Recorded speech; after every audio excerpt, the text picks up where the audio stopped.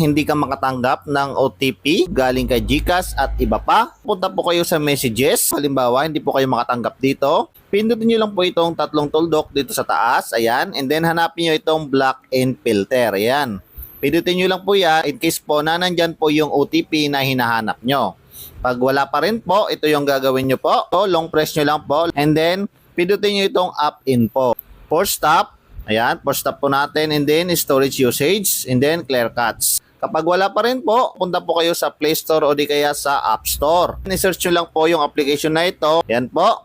And then, pag na-install nyo po ito, ayan, ilagay nyo lang po dyan yung number po na nakaregister po sa inyong GCash o di kaya sa account po na halimbawa sa Home Credit, sa Maya at iba pa na account nyo po para po dyan po possible na matanggap nyo po yung OTP na hinahanap po ninyo. Pag wala pa rin po, check nyo po yung SIM card nyo po kung maayos po na nakalagay po, and then kung nakatulong naman po ang video na ito, ay huwag nyo pong kakalimutan na mag-subscribe, mag-like at pag-share, at kapag meron po kayong mga tanungan, i-comment nyo lang po dyan sa comment section. So yun po, maraming salamat po and God bless po.